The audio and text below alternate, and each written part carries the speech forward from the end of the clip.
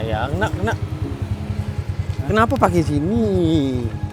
Kamu dah cakap banyak kali, parking belakang sana.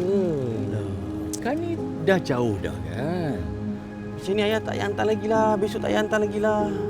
Memang dah cakap banyak kali dah parking sana. Tak apa, lepas ni Mam pergi kerja sendiri je. Mam pergi kerja sendiri. Kenapa pula? Dah, tak payah.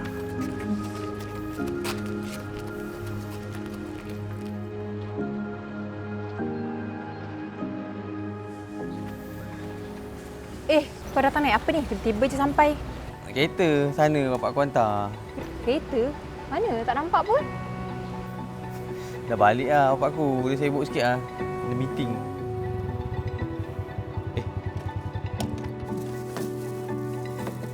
Alung! Pakcik tu panggil lah. Ayah kau ke tu? Ha? Bukanlah, ayah aku naik kereta lah.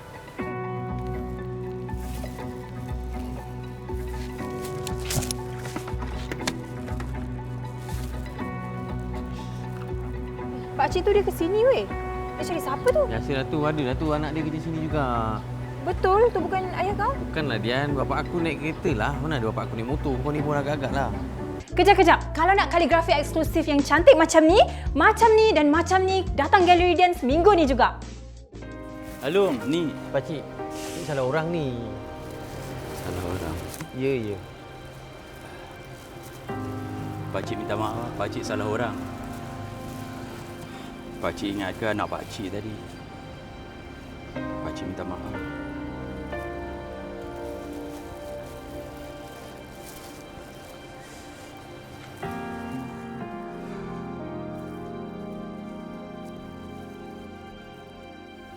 Kan aku dah cakap.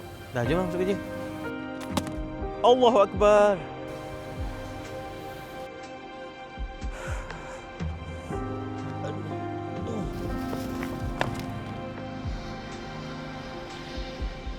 Pakcik, maaf nak tanya, budak dalam gambar ni anak pakcik ke?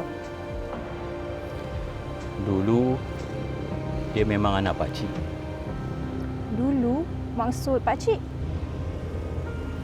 Tapi sekarang, pakcik dah salah orang. Puas hati ayah sekarang. Semua kawan-kawan Mak dah tahu dah. Yang motor buruk ni sebenarnya bapak Man sendiri. Buruk? Ayah tahu motor ayah buruk. Tapi dengan motor buruk ni lah, ayah bawa kamu pergi sekolah, pergi interview. Sampai kamu dapat kerja, Alung.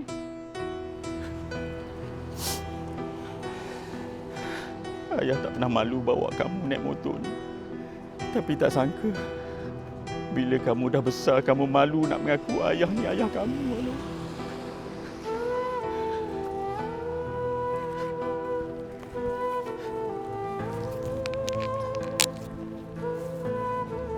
Petang ni ayah akan datang ambil kamu juga, Alung. Ini bukan soal malu ke tak, tapi soal tanggungjawab.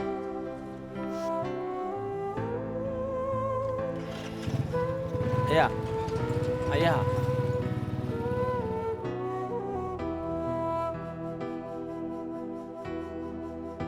Bagai kacang lupakan kulit. Macam tu jugalah perumpamaan yang sesuai untuk anak yang lupakan jasa seorang bapa. Sebab tu dalam Quran Allah Subhanahu wa taala firman, "Wabil walidaini ihsana," dan berbuat baiklah kamu kepada kedua orang tua kamu.